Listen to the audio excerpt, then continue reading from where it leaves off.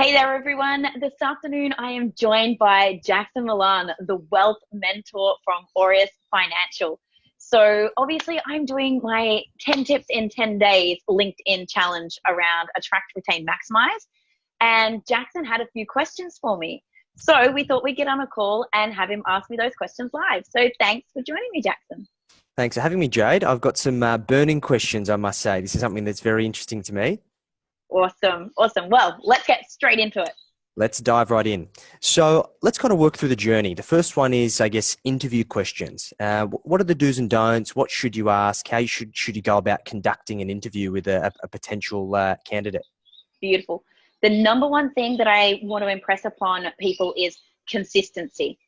So as we're building our businesses, often we have our different team leaders doing first round interviews or taking the lead on things. And so the lines get blurred on what you think is a good person and what someone else thinks is a good person. And just naturally, we have an unconscious bias. So we tend to like people like ourselves, which can become really dangerous when you've got different teams and different team leaders. Like if you've got a technical person, they're going to probably be, if we look at disc profiling, maybe a high C, D, and they will be very different to, say, a salesperson that might be a high I, S. And so there's unconscious bias that comes in. So what I would suggest as a founder and as people running the business, you should standardize your interview questions. And the most important things you need to think about is how are you going to interview around your values? Because as we're all learning, we should be hiring for attitude and training for skill.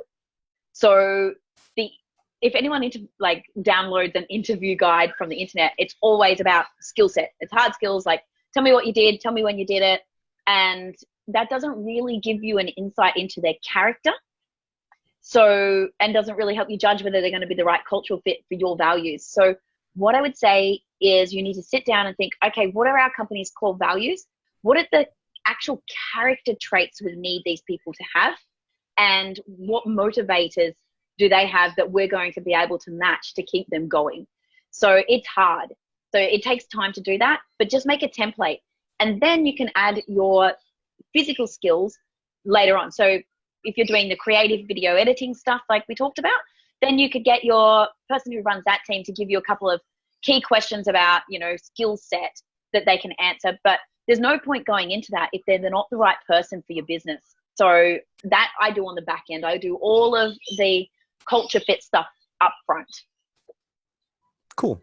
It's funny. I was actually putting together a job description for a personal assistant today. Oh yeah. And I jumped onto Google, typed in personal assistant job description, and the first things that come up was attention to detail, organizational skills, time management, computer literacy. Oh, wow. Yeah. And I'm just like, from our conversation the other day, I'm like, no, I don't need any of this. This is valuable real estate. Yes. Thank you. I'm glad you took that on board.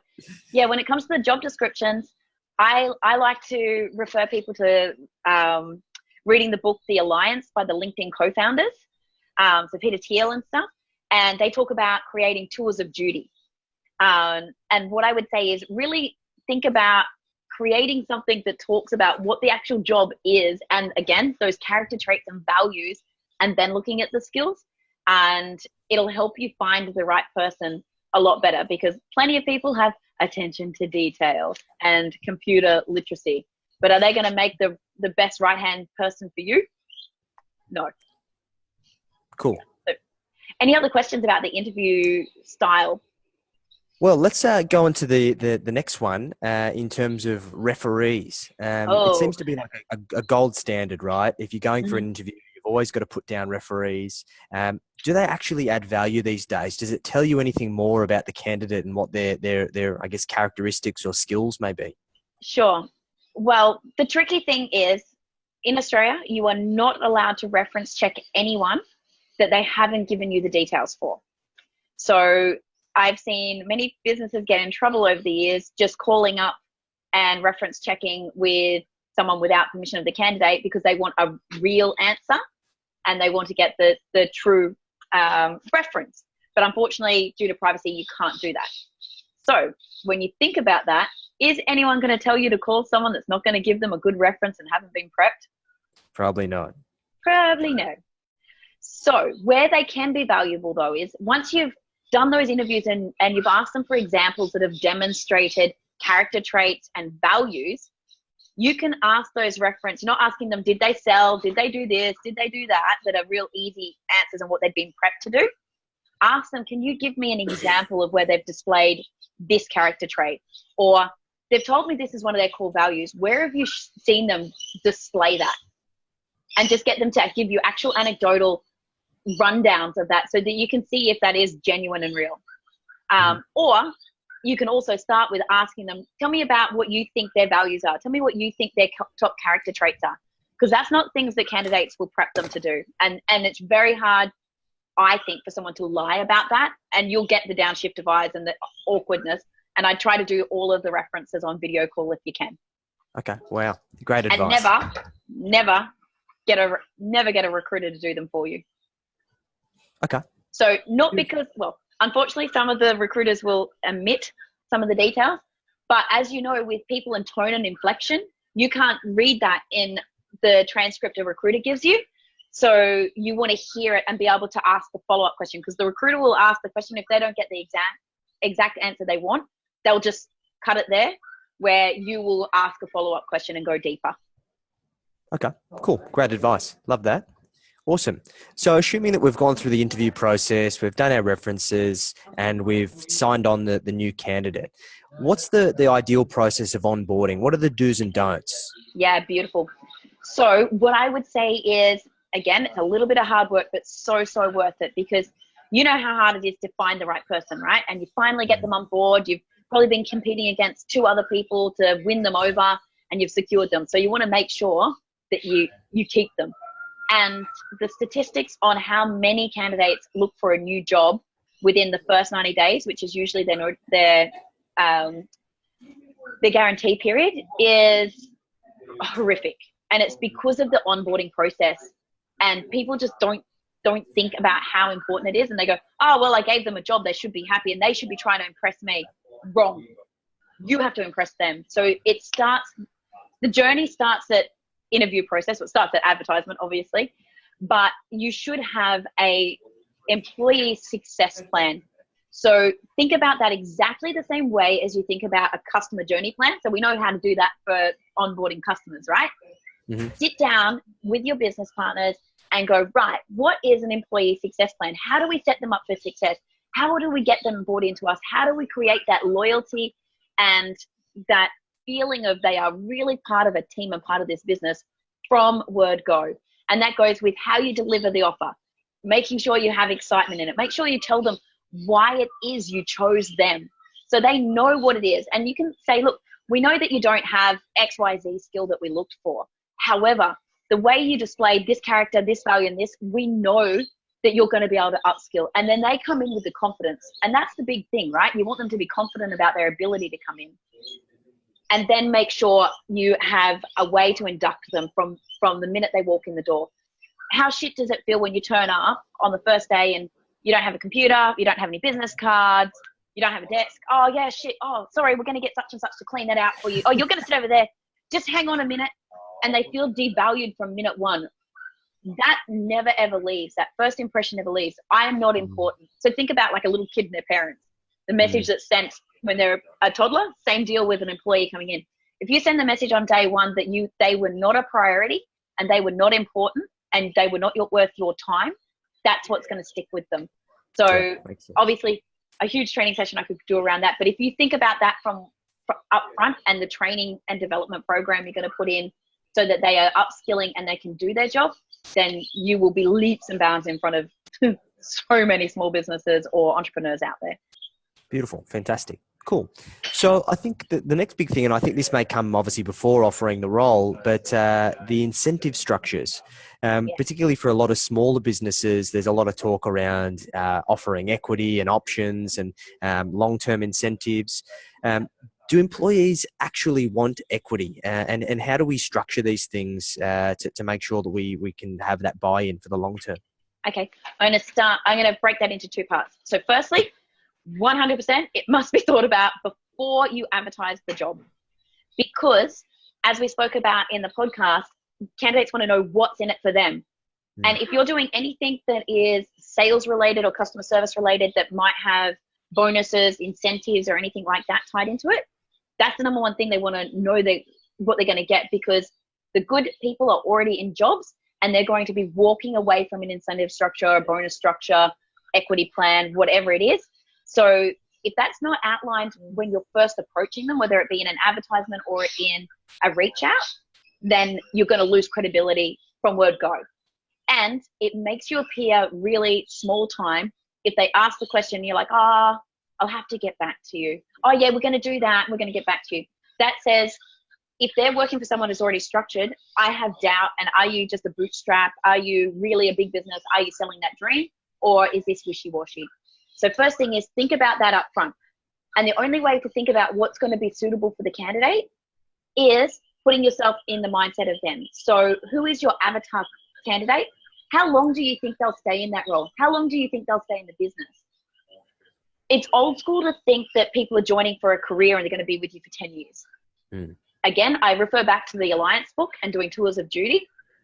You might be best off getting someone that's only going to be with you for 18 months, but they're going to give you their best over the 18 months, and they're going to be, sorry, got jet flying by.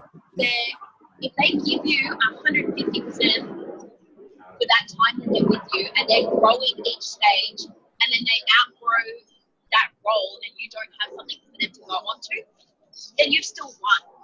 You don't want someone that's going to stagnate. So you've got to think, is equity going to be the right thing for this level role? Because if they're a lower level person and they're going to outgrow it and you may not keep them, then maybe equity is not the right incentive. Maybe training and development is.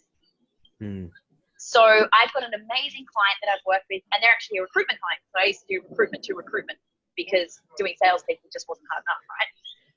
And they would offer $8,000 a year to spend on personal development and education. Wow. So when hiring recruiters don't want to think they're going to be just a recruiter for the next 10 years, right? So knowing that they can upskill was a huge, huge benefit over their competitors. But what's even better is they hired a lot of people on 457 visas, and they needed to demonstrate to the government that they spent a certain percentage on training and development. So it's killing two birds with one stone, right? Plus, all of their people are getting better and better. So your incentives doesn't necessarily need to be around equity. If it's higher level roles, then I would say you want to look at what you can offer there. And it might even just be to start with a profit share rather than equity. So lots of salespeople love profit share and things like that. So again, you really have to get into the mind of who your avatar is, the level of the role, and succession planning, which you will do with your employee success plan. You'd think, okay, where do they go from here to there? And you might say, in this role, we only offer profit share. However, we see that the career path for you with us would be this role or this role, and this role offers equity. And then they know where they're working towards. And then again, tailor make it to the person. Beautiful. Love that. Okay, great. And let's assume that we've got a good quality person, they're doing a good job, and it comes to, say, their review, their 12-month review, which typically for most businesses, it's that 12-month mark. What's the kind of best practice there? Should there be a default pay increase with inflation or with CPI? What should we do there? Okay, great. So firstly, I say don't have 12-month reviews. You should be having more regular reviews. If you want to have a pay review in 12 months, fine. But your reviews need to be more regular than that. And I think, again, it can be individualized. And yes, people do expect a pay increase, but it needs to be tied to performance. But that stuff needs to be, again, outlined before they start so that they know what they're working towards. And I love doing little bonuses that are not necessarily monetary in terms of I'm just going to pay you money and you're going to get taxed on it. I think a better way to do it is to ask them, like, what are their actual personal goals and how can you support them in achieving that? And so you might say, okay, when they started, they said one of their number one goals is to skydive. Amazing. If you hit these milestones over the next 12 months, we will pay for you and your partner to go skydiving. And then they don't lose tax on it either, right? So there's other ways you can build it up. I do think there needs to be pay increases when pay increases are due, but you need to have a specific structure, and they need to be able to be told how they're tracking throughout the year, not just at the end of the year. And then you take away that expectation as well. Whereas if you get to 12 months and they haven't been told upfront, and then you don't give them the pay increase because they didn't perform, they're going to be pissed at you rather than themselves. So yep, yes, makes sense. Some sort of pay increase, which you should be budgeting when you first start and communicating this is how it goes. But think about other things that aren't just around that, and how you can fulfill them as a human. Yeah, that's really valuable. I think the biggest thing that I've taken away from everything you've said is that these aren't employees. These are really mentees. These are people that we're mentoring to reach their fullest potential. So we get out what we put in. Yeah, and I think 100%. that a lot of particularly small businesses just get so caught up in the day-to-day of the complexity of business that they feel they don't have the time. But I think that's the worst excuse. If you don't have the time, you have to make the time, because your team is the biggest asset that you've got in a lot of cases. Yeah, it's your biggest asset, and it's your biggest weakness. Because if Beautiful. you lose your team, you lose your business. Exactly right. Can't take that for granted. No. In saying that, sometimes there's people on the team you have to lose, and be willing to do that, or be willing to let them move on to greener pastures, because that's what builds you as an employer brand as well. If you have a history of people leaving you fulfilled and onto greener pastures and to bigger things, or start their own business, they're going to tell other people to come work for you, and that's going to make your recruitment process so much easier. Beautiful. I think that brings up a really good question. How do you have those tough conversations with potentially underperforming employees in your team? It's a lot easier when you do those regular performance reviews.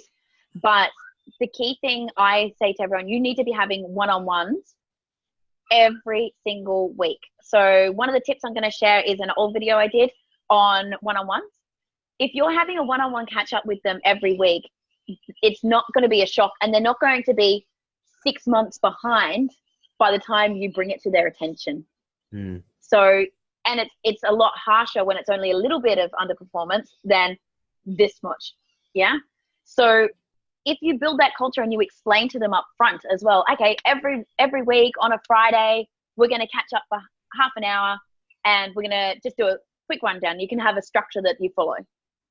That one-on-one though should be mainly about them, and asking them how they think they're going in their performance and where you can support them. Because they might say to you, I'm not hitting my sales targets because marketing promised to get me this stuff out, and they're 3 months behind or 3 weeks behind, and so I can't actually do my job. So it would really help me if you could do that. Could we change the guidelines because I actually can't do my job because of? Or they might go, actually, Jackson, to be honest, I've got a bit of fear of getting on the phone at the moment. I got rejected a few times, and maybe if you could just give me a bit more coaching, that would help me. Whereas if you don't have that culture of that open conversation, they're just too scared to tell you that, and they think they're going to get in trouble. And 6 months down the track, they're supposed to be making 80 calls a week. They're down to 8 because confidence has got beaten and beaten. They haven't come to tell you because they're scared they're going to get yelled at. It all goes to shit. Yeah. I think the most important thing with this is that if you've ever got an underperforming employee, it's not their fault, it's your fault. Yes. Yes. And it's when you catch it. And you need to look at all of the reasons why they could be underperforming. And if you've got a open dialogue with them and you're meeting with them week to week, like you might find out, okay, they just broke up with their wife. And that, no matter how much you want them to check that shit at the door, they're a human, and it's going to carry over. So you can ask them, okay, as a boss, how can I support you? Or you can go, you know what, I know that they're going to be impacted over the next few weeks. Maybe I better give the guy 2 days off to like do some stuff, or help him find a counselor or something. And that's going to pay you back, because instead of getting so far behind because he's overstressed, overanalyzed, can't do the stuff, you allow them to deal with the problem, and then they can come back and think about the loyalty that's going to buy you, and how much harder they're going to work for you when they know that you've got their back and you're in their corner. Yeah, it goes a long way, doesn't it? Yeah, definitely. Beautiful. Well, that's really insightful. I think that's kind of helped me get a better awareness around all of these different stages. And I think it just goes to show that there's more to this than what we think. It's not as simple as just chucking that up and hoping for the best. and thinking people are just going to do everything that they that you want them to in your business, and everything is going to be all fine and dandy. No, and it's getting rid of that employer mentality of I'm the boss and they're working for a paycheck, so they should do what they should do, because good talent have options, and it's so much easier these days to start your own business, and anyone that's really good could eventually get there. So you want to think about how you can integrate better, and build that loyalty and build that trust with them so that they do want to work for you. Beautiful. Fantastic. Excellent. Well, thank you so much for jumping on a call with me. I think this will really help both of our followers with some tips on how they can attract, retain, and maximize their human capital. Really looking forward to the next round of your tips, Jade. I'm sure we're all going to get plenty of value out of it. Excellent. And you know where I am if you need any other questions answered. We'll reach out. I'm sure we will. Thanks, Jackson. Speak to you soon. Bye.